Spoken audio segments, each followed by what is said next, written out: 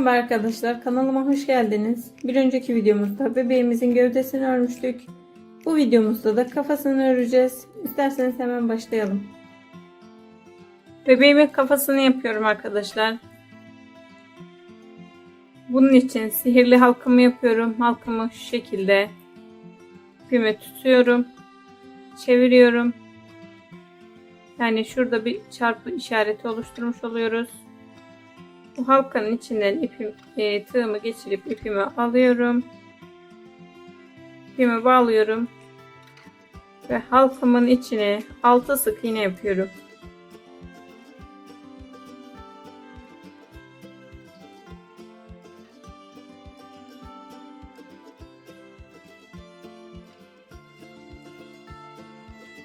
Altı sık iğne yaptım. Sık iğneleri çok sıkı yapmayın arkadaşlar. Üst sıraya geçince sıkıntı olmasın. Halkama 6 sık iğne yaptım ve buradaki kısa ipimden tutup halkamı sıkıştırıyorum.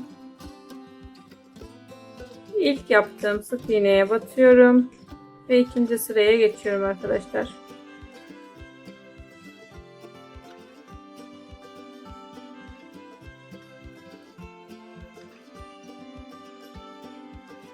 İlk sık iğnemi battım. Buraya sık iğne yaptım. Aynı ilmeğin içine bir kez daha batıyorum. Tekrar sıradaki ilmeğime geçiyorum.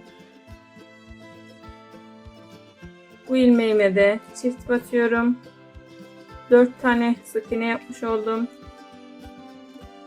5 ve 6'yı aynı yere batıyorum. 7. sık iğnemi ve 8. sık iğnemi aynı ilmeğe batıyorum. 9 ve 10. sık iğnemi aynı yere batıyorum. Sıradaki ilmeğime yine çift batarak 6 olan sık iğnemi 12'ye çıkarmış olduk arkadaşlar. Yani ilk halkamıza 6 sık iğne yaptık. İkinci sırada bu sık iğnelerimizin her birine çift batarak 12 sık iğne yapmış olduk. İkinci sıramızı da bu şekilde tamamladım. Üçüncü sıraya geçiyorum. Üçüncü sıramdan bir sık iğne örüyorum. Yanındaki ilmeğime çift batıyorum. Tekrar bir sık iğne örüyorum ve bir arttırma yapıyorum. Yani ikinci ilmeğimize çift batarak bir arttırma yapıyoruz. Tekrar bir sık iğne yapıyorum. Yanındaki ilmeğime çift batarak bir arttırma yapıyorum.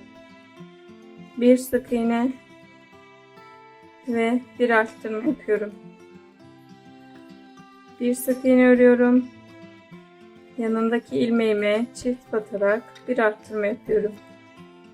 Tekrar bir sık iğne ve yanındaki ilmeğime çift batarak arttırma yaptım ve sıra sonuna geldim arkadaşlar. Üçüncü sıramızı tamamlamış olduk. Bu sıra sonunda da 18 tane sık iğnemiz oldu. Dördüncü sıraya geçiyorum. Dördüncü sırada 2 sık iğne örüyorum ve yanındaki ilmeğime çift batarak bir arttırma yapıyorum. Tekrar 2 sık iğne örüyorum ve bir arttırma yapıyorum. 2 sık iğne örüyorum, bir arttırma yapıyorum. Arttırmalarda yani arkadaşlar ilmeğimize çift battığımız zaman arttırma yapmış oluyoruz. Şöyle 2 sık iğne örüyorum. Sıradaki ilmeğime çift batarak arttırma yapıyorum. Bu sıramızı da 2 sık iğne bir arttırma olarak tamamlıyoruz.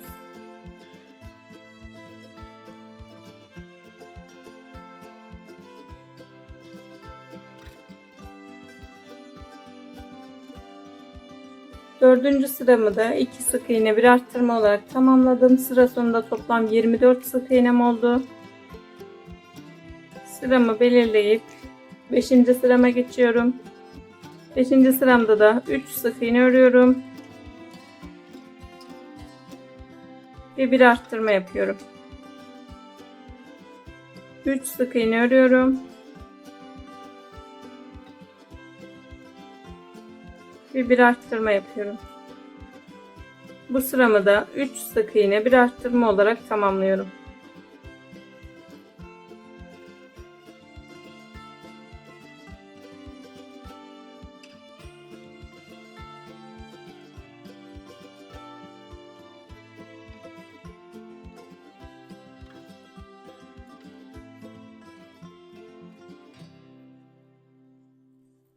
Üç sık iğne bir arttırma olarak 5. sıramı tamamladım. Sıra sonunda toplam 30 sık iğnemiz oldu.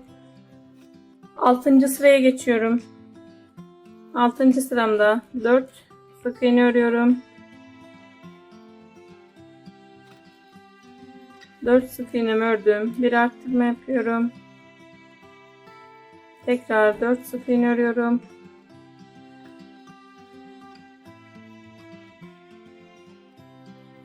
Dört sık iğnemi ördüm. Bir arttırma yapıyorum. Bu sıramızı da bu şekilde 4 sık iğne bir arttırma olarak tamamlıyoruz.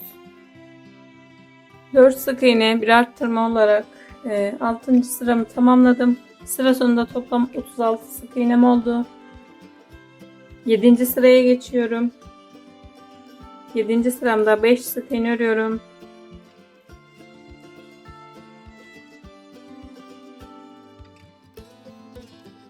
Beş sık iğne ördüm. İlmeğime çift batarak bir arttırma yapıyorum. Tekrar 5 sık iğne örüyorum.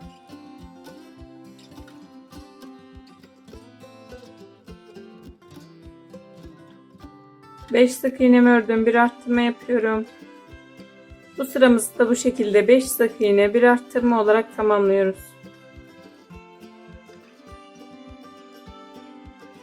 5 sık iğne bir arttırma olarak 7. sıramı tamamladım. Sıra sonunda toplam 42 sık iğnem oldu. 8. sırama geçiyorum. 8. sıramda 6 sık iğne örüyorum.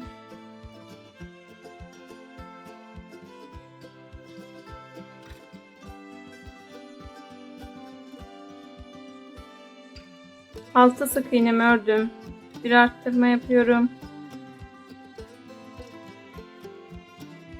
Bu sıramı da sıra sonuna gelene kadar 6 sık iğne bir arttırma olarak tamamlıyorum. 6 sık iğne bir arttırma olarak 8. sıramı tamamladım. Sıra sonunda toplam 48 sık iğnem oldu. Sıramı belirleyip 9. sırama geçiyorum. 9. sıramda 7 sık iğne örüyorum.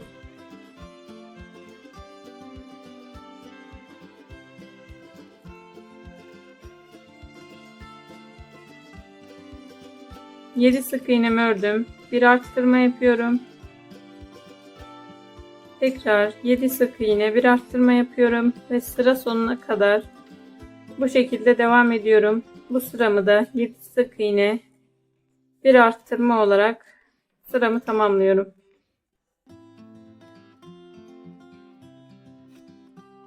Yedi sık iğne bir arttırma olarak 9. sıramı tamamladım. Sıra sonunda toplam 54 tane sık iğnem oldu. 10. sıraya geçiyorum. 10. sıramda 8 sık iğne örüyorum.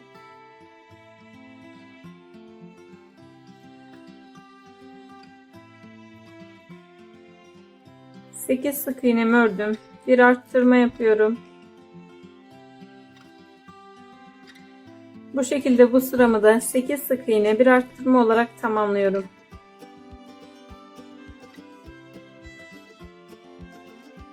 Sıra sonuna gelene kadar 8 sık iğne bir arttırma örüyoruz.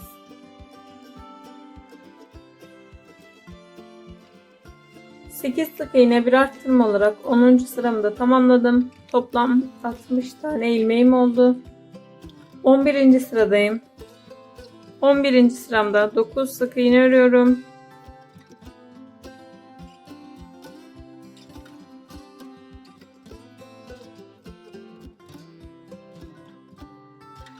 Dokuz sık iğnemi ördüm. Bir arttırma yapıyorum. Bu sıramı da bu şekilde 9 sık iğne bir arttırma olarak tamamlıyorum.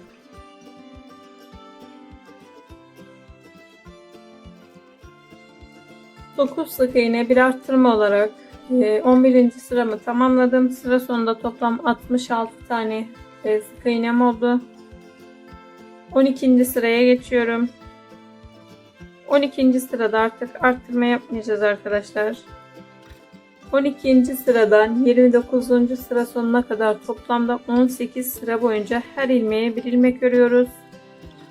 Arttırma, eksiltme hiçbir şey yapmadan her bir ilmeğimize bir kez batarak 18 sıra örüyoruz arkadaşlar. Şu an toplamda 66 tane sık iğnemiz var bir sırada. 12. sıradayız. 12. sıradan 29. sıra sonuna kadar 18 sıra boyunca her ilmeğe bir ilmek örüyoruz. Arttırma yapmadan düz bir şekilde 18 sıra boyunca her bir ilmeğime bir kez batarak 18 sıra örüyorum. Bir işlem yapmadan her bir ilmeğimize bir kez batarak 29. sıra sonuna kadar düz bir şekilde örüyoruz.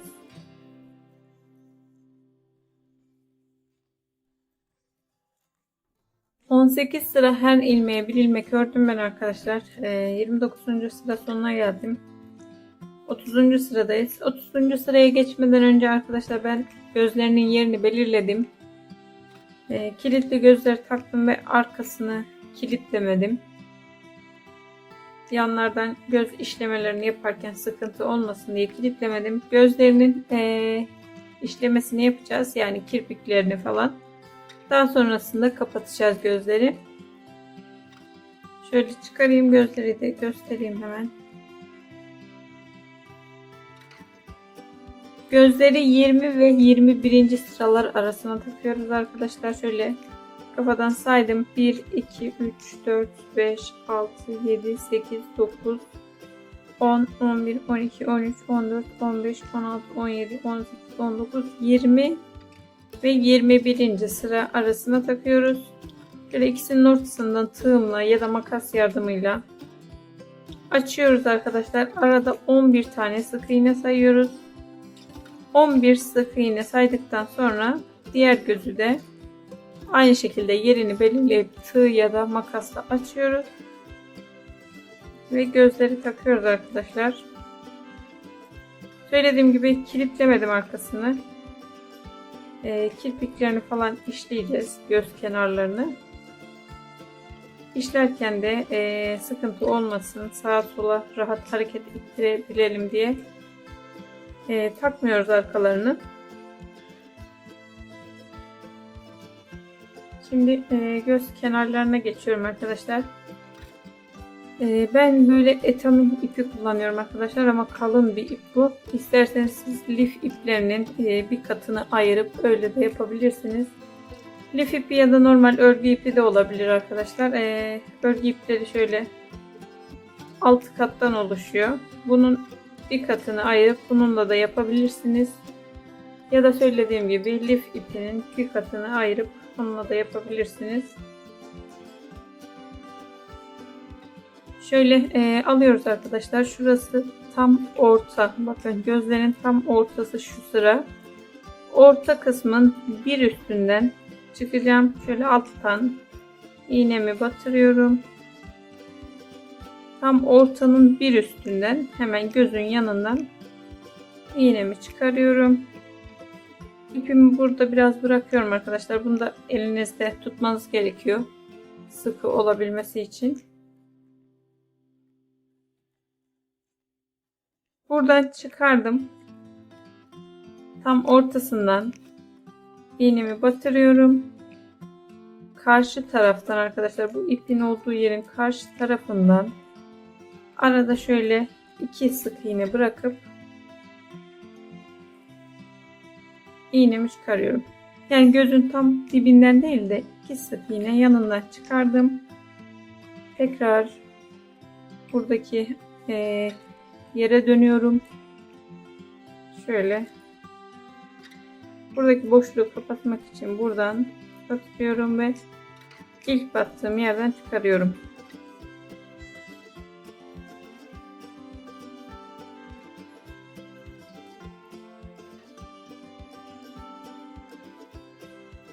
Kenardan çıkardım iğnemi arkadaşlar. Bakın bu ipimizin bir ucu burada. Bunu biraz sıkıştırıp elimle tutuyorum. Daha sonra da gözü biraz şöyle oynatıyorum öne doğru. Bu aradaki ipi dolduruyoruz arkadaşlar. Şu şekilde iğnemi batırıyorum. Böyle hafif hafif buradaki ipi sonuna kadar dolduracağım. Benim iğnemin ucu küt arkadaşlar. Sivri değil. O yüzden ben bu şekilde yapıyorum ama isterseniz iğneniz sivri ise iğnenin şöyle arka tarafıyla da doldurabilirsiniz. Yani çok sıkmadan, bol da bırakmadan hafifçe buradaki ipi dolduruyorum. Söylediğim gibi bakın bu ip elimde. Bunu bırakmıyorum bollaşmasın diye. Şöyle hafifçe dolduruyorum burayı.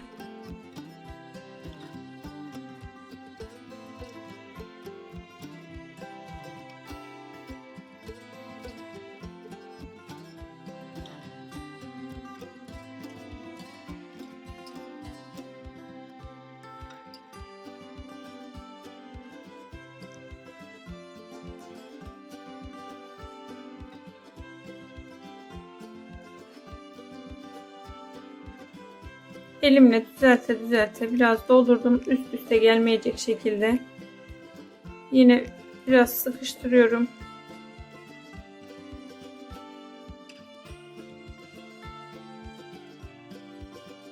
Daha sonra da arkadaşlar bakın şurası uç kısım. Buraya batırıyorum. 2 sıra yukarıdan bir sıra şöyle şurası hemen üst kısmı 2 ilmek sağından bir sıra yukarısından çıkarıyorum.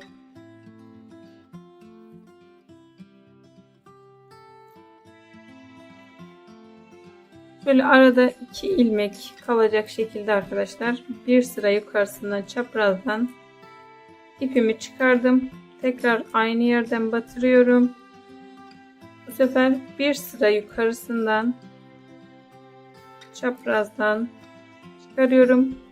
Bakın buradaki ipimin hemen bir çaprazı bir sıra yukarısı oluyor. Buradan çıkardım. Tekrar aynı yerden batırıyorum. Bu sefer bu ipimin bir ilmek yanından çıkarıyorum. Aynı sıradan bir ilmek yanından çıkardım.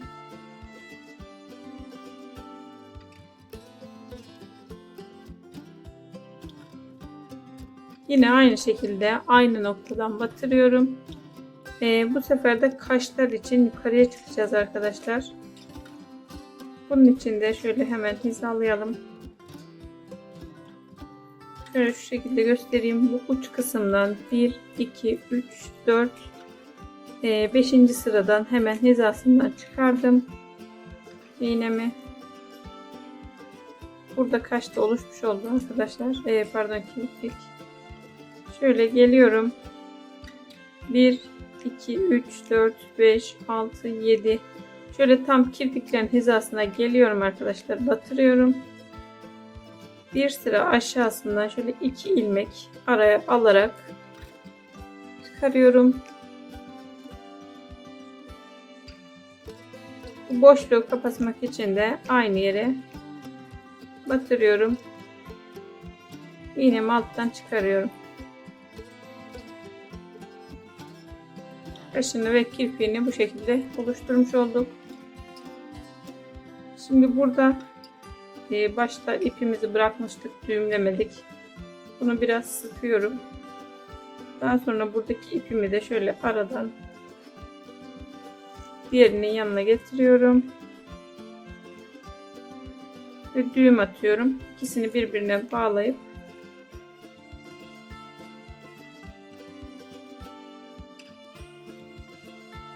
düğümlüyorum.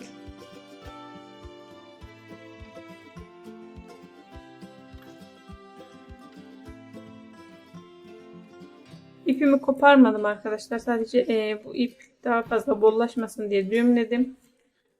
Diğer göze geçeceğiz çünkü. Daha sağlam olması için. Diğer gözde de arkadaşlar yine aynı işlemi yapıyoruz. Şöyle aynı sıradan çıkarıyorum. Burada ne yaptıysak arkadaşlar aynısını buraya da yapıyoruz. Şöyle yanından batırıyorum.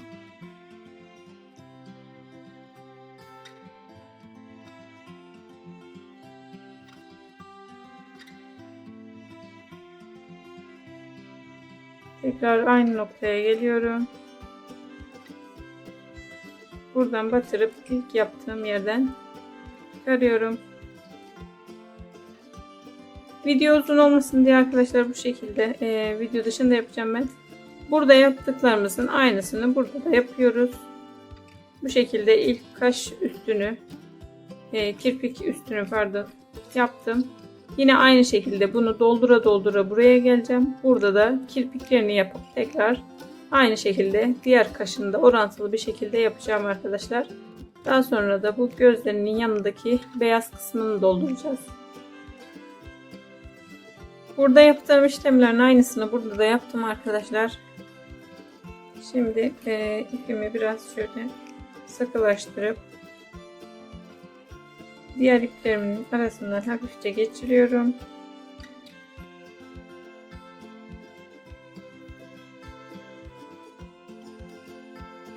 Buradaki uca bağlıyorum tekrar. Sıkılaştırıp ipimi koparıyorum.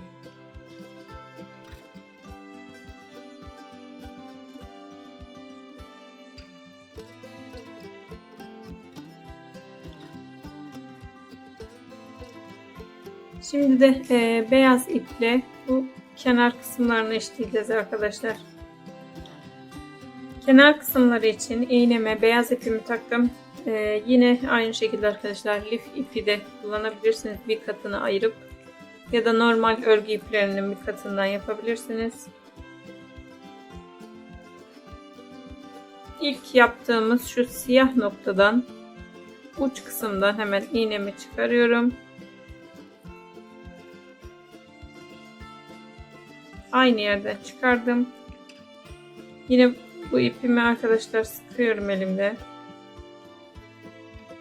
Şöyle aşağı doğru geliyorum. Gözün tam alt kısmına batırıyorum.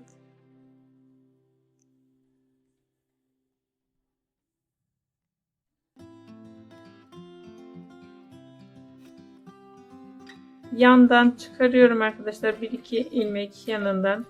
Ya da daha sıkı sağlam olsun derseniz eğer şöyle 1-2 ilmek aşağısından batırıp şöyle yan kısma geçebilirsiniz.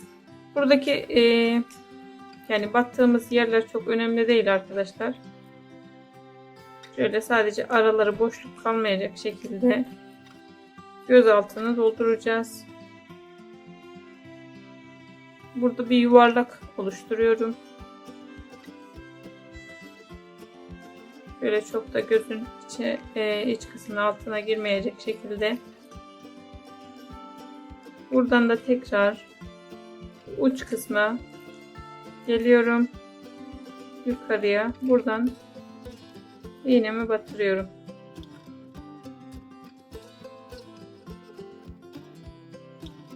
Çok da bu siyah kısmı yukarıya doğru kaldırmasın. Uç kısımdan hemen batıralım. Yine bu ipimizi sıkıyoruz ilk yaptığımız. Tekrar en başa geliyorum.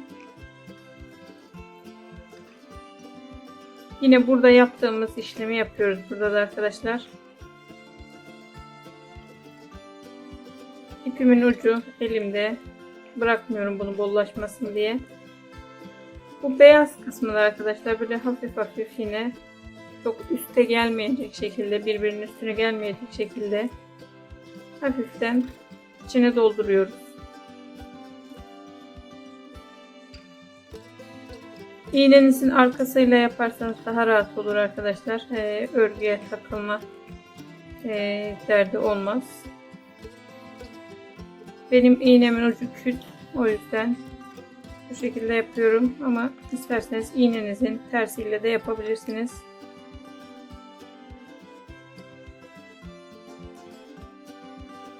Buraları çok sıkı olmayacak şekilde, çok da bol bırakmadan hafifçe dolduruyorum.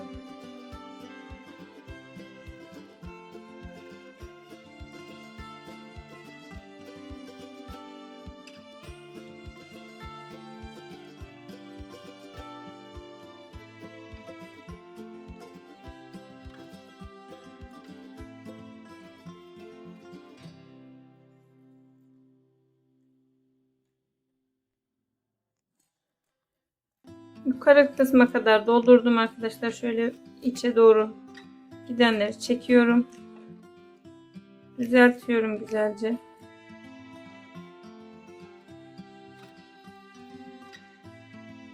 Diğer göze de aynı işlemi yapacağız.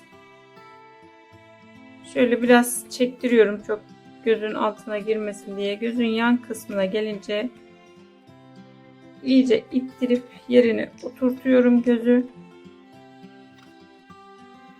Daha sonra da buralarına yine dediğim gibi düzelteceğim ve arkalarını takacağız gözlerin.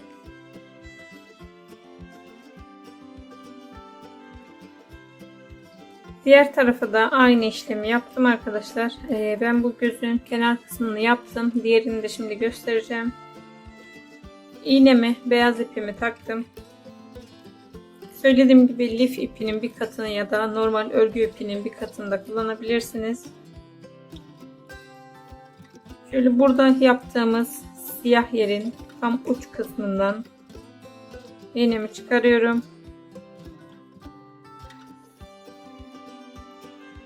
Yine burada ipimi elimle tutacağım. Buradan ipimi çıkardım. 1-2 sıra aşağısından şöyle tam çok gözün içine gelmeyecek şekilde batırıyorum. 1-2 sıra yandan çıkarıyorum. Çok dışta da kalmasın. Gözün tam içine de girmesin. Böyle şu şekilde geldim. Tekrar aynı yerden batırıyorum. 1-2 sıra yukarıdan çıkarıyorum. Yani burada şöyle bir yuvarlak oluşturuyoruz.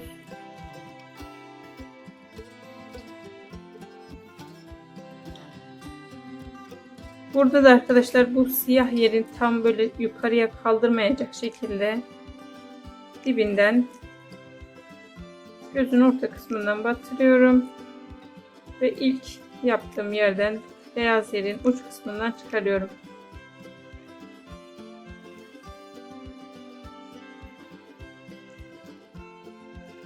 Çok gözün altına da girmesin, çok da boşlukta kalmasın.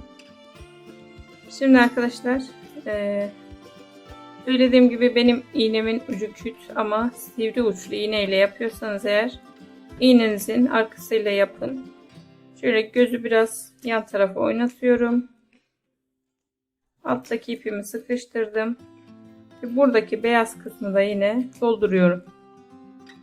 Üst üste gelmeyecek şekilde dolduruyorum. Doldururken de arkadaşlar bu ipi elinizde biraz tutun. Daha sonra iğnenizi geçirin. Şöyle tutuyorum ve dolduruyorum. Çok sıkı olmayacak şekilde, bol da bırakmıyorum. Burayı da dolduruyorum.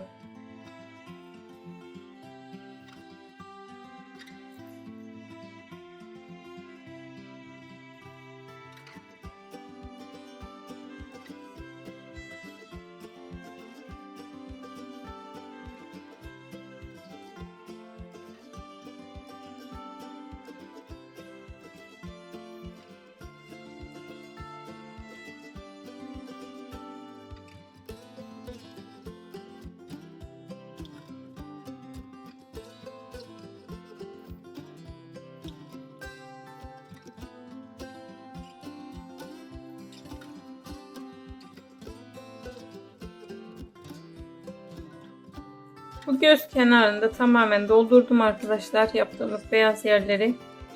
Şöyle gözün çok altına gelmeyecek şekilde düzeltiyorum. Daha sonra iyice sıkıştırıyorum gözü. İpimi de bu alttaki ilk bıraktığım yerde bağladım, yine sıkıştırdım. Şimdi gözü de iyice sıkıştırıyorum. Buraya da, bu beyaz kısma da dikkat edin arkadaşlar, gözün altına girmesin. Düzenlemeyi yaptıktan sonra güzelce yerine oturtuyorum. Kilitliyorum gözü.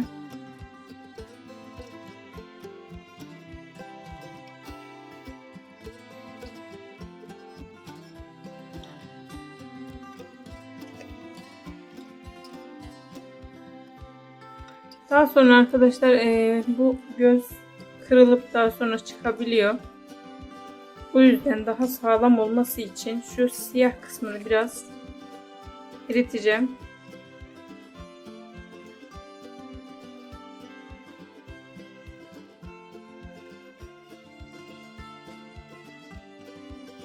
Eritip biraz bastırıyorum daha sağlam olması için.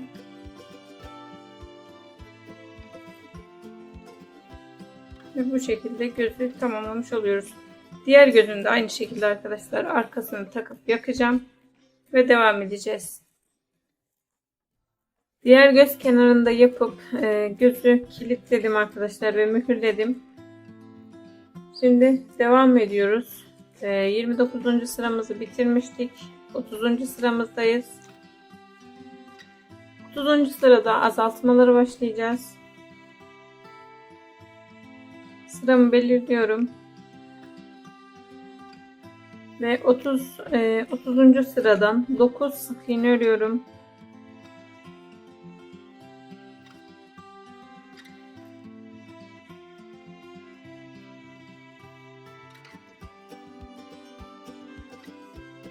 Sık iğne ördüm.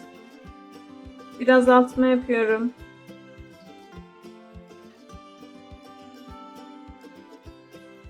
Azaltmayı da şu şekilde arkadaşlar göstereyim. 9 sık iğnemi ördüm. Sıradaki ilmeğimin ön taraftaki tek kanadını alıyorum. Yani normalde bu şekilde alıyoruz.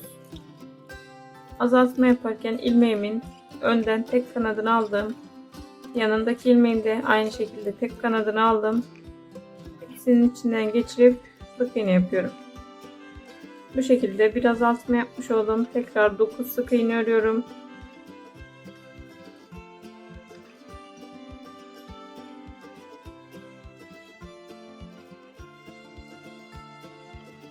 Dokuz sık iğne ördüm. Yine biraz azaltma yapıyorum. Bu şekilde sıra sonuna kadar 9 sık iğne bir azaltma olarak sıramı tamamlıyorum. Sıra sonuna gelene kadar 9 sık iğne bir azaltma yapıyoruz. 9 sık iğne bir azaltma yaparak sıra sonuna geldim. Sıra sonunda toplam 60 sık iğnem kaldı. 31. sıraya geçiyorum. 31. sırada 8 sık iğne örüyorum.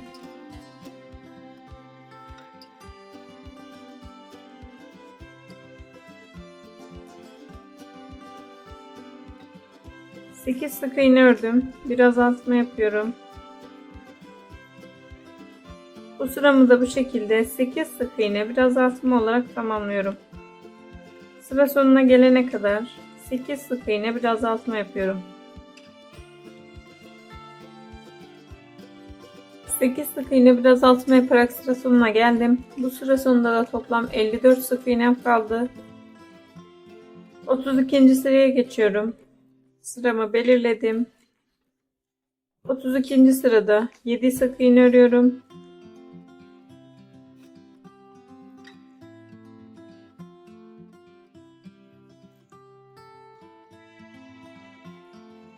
Yedi sık iğnemi ördüm. Bir azaltma yapıyorum.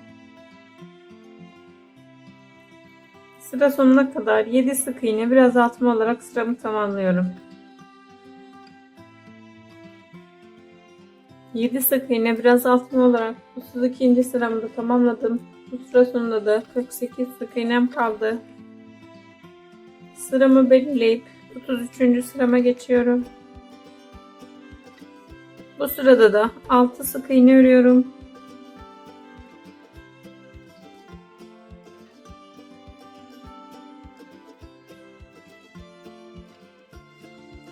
6 sık iğne ördüm. Biraz azaltma yapıyorum.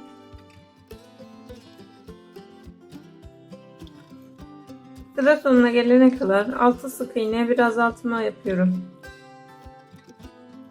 6 sık iğne bir azaltma olarak sıramı tamamlıyorum.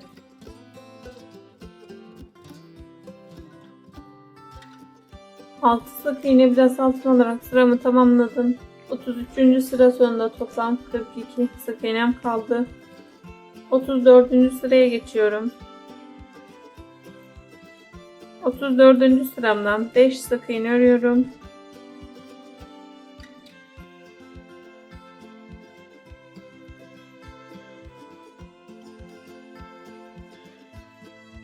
Beş sık iğne ördüm. Biraz azaltma yapıyorum. Bu sıramı da 5 sık iğne bir azaltma olarak tamamlıyorum. 5 sık iğne bir azaltma yaparak sıra sonuna geldim. Sıra sonunda toplam 36 sık iğnem kaldı. 35. sırama geçiyorum. Sıramı belirliyorum. Ve 35. sıramdan 4 sık iğne örüyorum.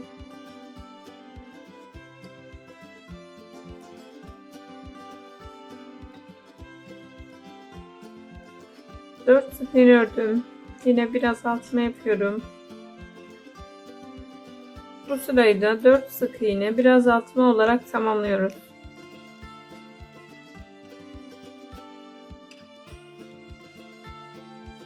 Dört sık iğne bir azaltma olarak sıramı tamamladım.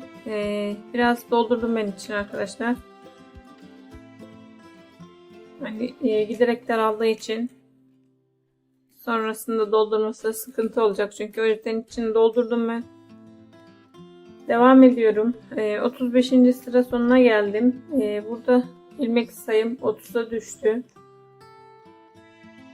36. sıraya geçiyorum.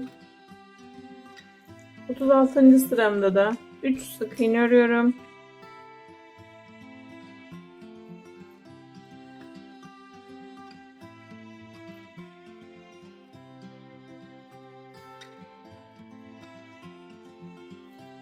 Üç sık iğne ördüm. Bir azaltma yapıyorum. Bu sırayı da 3 sık iğne bir azaltma olarak tamamlıyorum.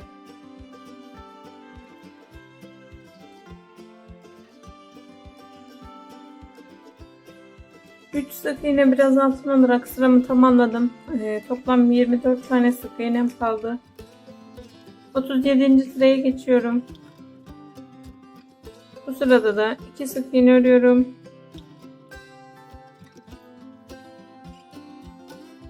Bir azaltma yapıyorum.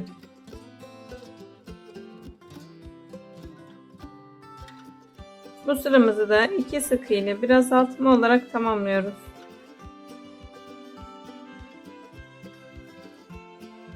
İki sık iğne bir azaltma olarak bu sıramı da tamamladım. Toplam 18 sık iğnem kaldı. Şimdi hemen yandaki ilmeğe batıyorum. İpimi aldım. İlmeğimin içinden geçirip ilmek kaydırma yaptım. Bir zincir çekiyorum. Ve dikmek için biraz pay bırakıp ipimi koparıyorum.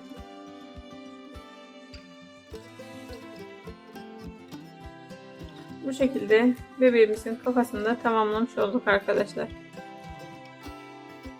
Bebeğimin burnunu yapacağım şimdi arkadaşlar.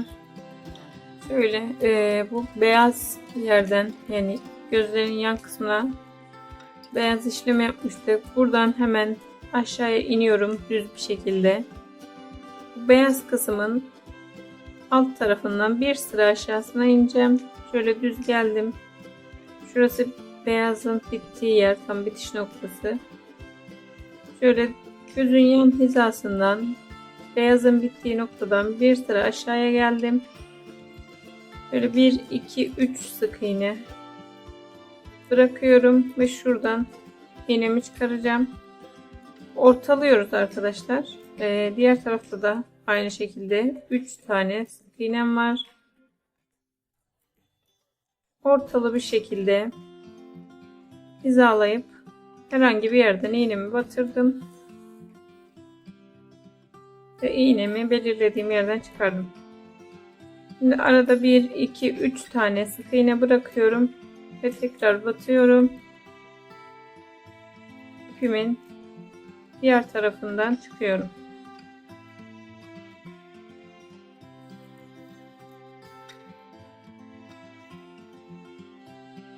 İpimi birkaç kez burada bu şekilde dolaştıracağım.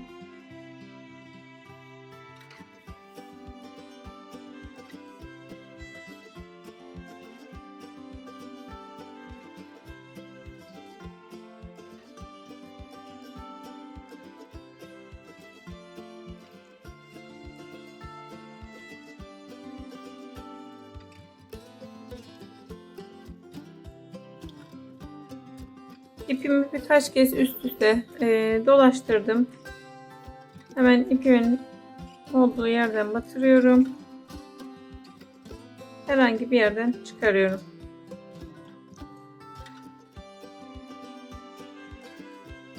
Şimdi buraya düğüm atıyorum arkadaşlar. İpimin dibine.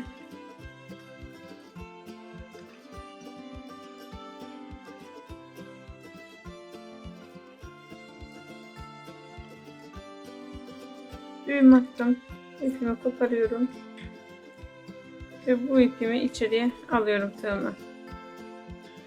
Herhangi bir yerden tığımı batırdım.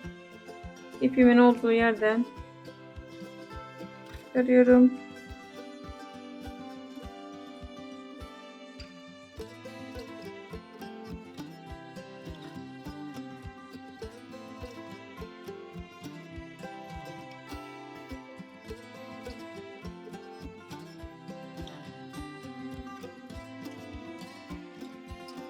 Buradaki ipimi de aynı şekilde içeriye alıyorum.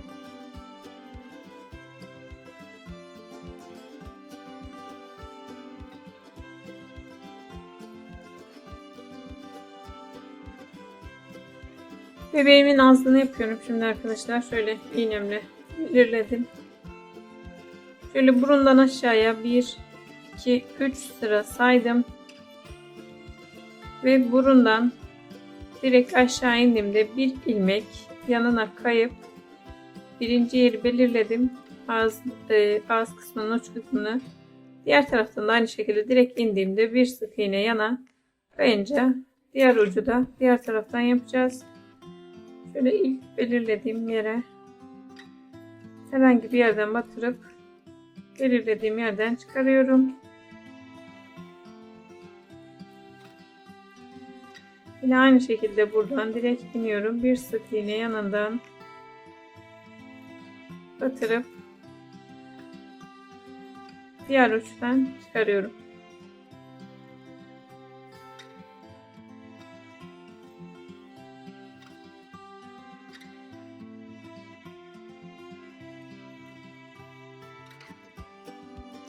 Şimdi buradan tam orta kısma geleceğiz arkadaşlar. Bu kırmızı ipin tam ortasından belirliyorum. Şöyle şurası tam orta. Hemen bir sıra aşağısına ortadan batırıyorum. Diğer uçtan çıkarıyorum iğnemi.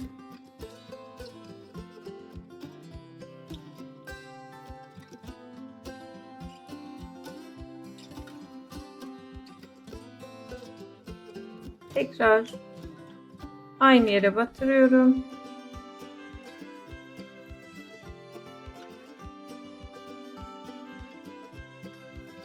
Herhangi bir yerden çıkarıyorum.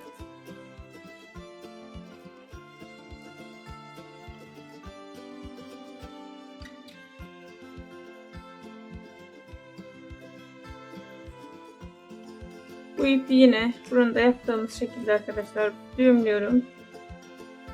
İpimi koparıp iplerimi içeride kaybediyorum.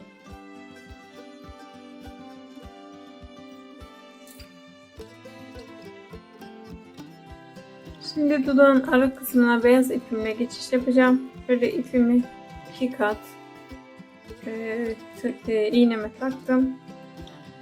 Böyle herhangi bir yerden yine geçiriyorum. Tam ortadan, uç kısımdan çıkarıyorum.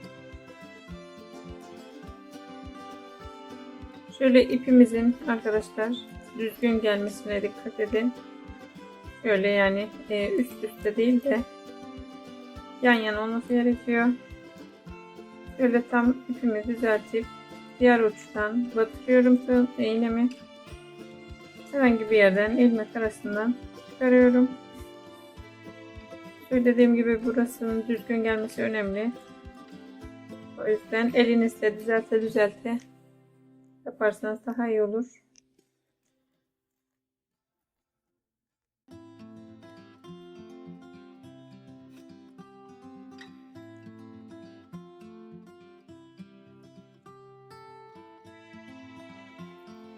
Şöyle aradaki geçişte yaptım.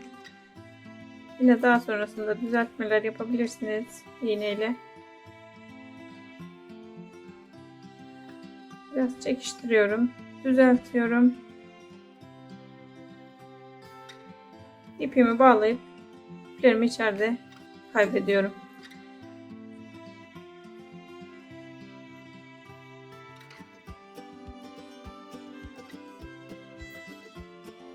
Bu videomuzda bebeğimizin kafasını ördük arkadaşlar. Bir sonraki videoda kalan parçalarıyla devam edeceğiz.